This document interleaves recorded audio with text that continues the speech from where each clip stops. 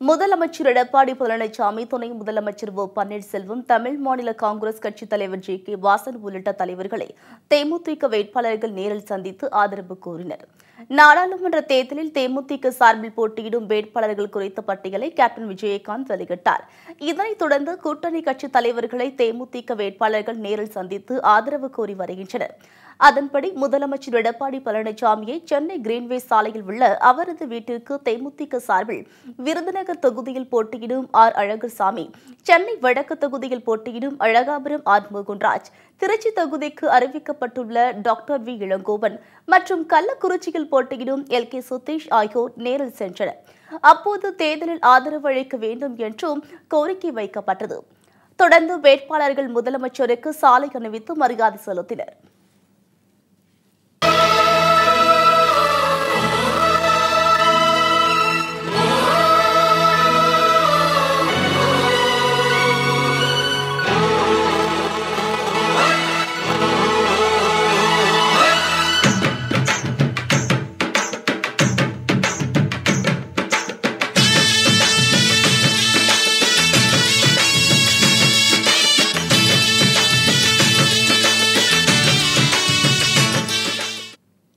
இதேபோல் துணை முதலமைச்சர் ஓ பன்னீர்செல்வம் இல்லத்திற்கு தேமுதிக வேட்பாளர்கள் நேரில் சென்று ஆதரவு கோரினர்.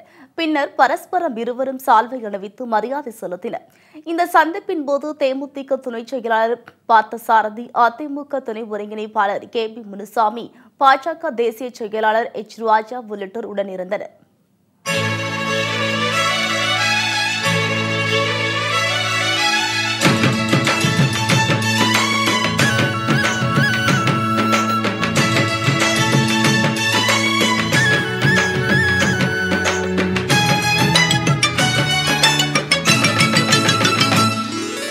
கால்பட்ட மண்ணிங்கு செழிக்கும், கண்பட்ட குப்பங்கள் சிரிக்கும், கைப்பட்ட எல்லாமே துலங்கும், இவன் கைராசி சொல்லாம விளங்கும்.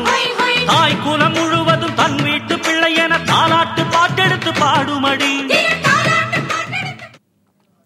சென்னை அடையாறில் உள்ள தமிழ் மாநில காங்கிரஸ் கட்சித் தலைவர் ஜி.கே. வாசன் இல்லத்திற்கு தேமுதிக வேட்பாளர்கள் சென்றனர். மரியாதை நிமித்தமாக சால்வை அணிவித்ததுடன் நாடாளுமன்றத்தில் தேர்தலில் ஆதரவு அளிக்க வேண்டும் என்றும் அப்போது அவர்கள் கோரிக்கை விடுத்தனர்.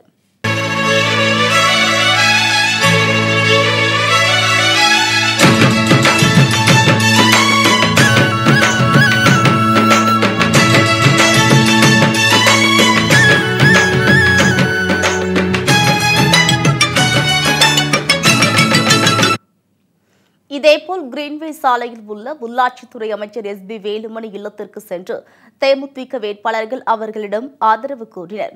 அப்போது முன்னாள் அமைச்சர் கோகுல இந்திரா, அமைச்சர் தங்கமணி, புதிய தமிழகம் கட்சித் தலைவர் கிருஷ்ணசாமி உள்ளிட்டோர் அப்போது உடன் இருந்தனர்.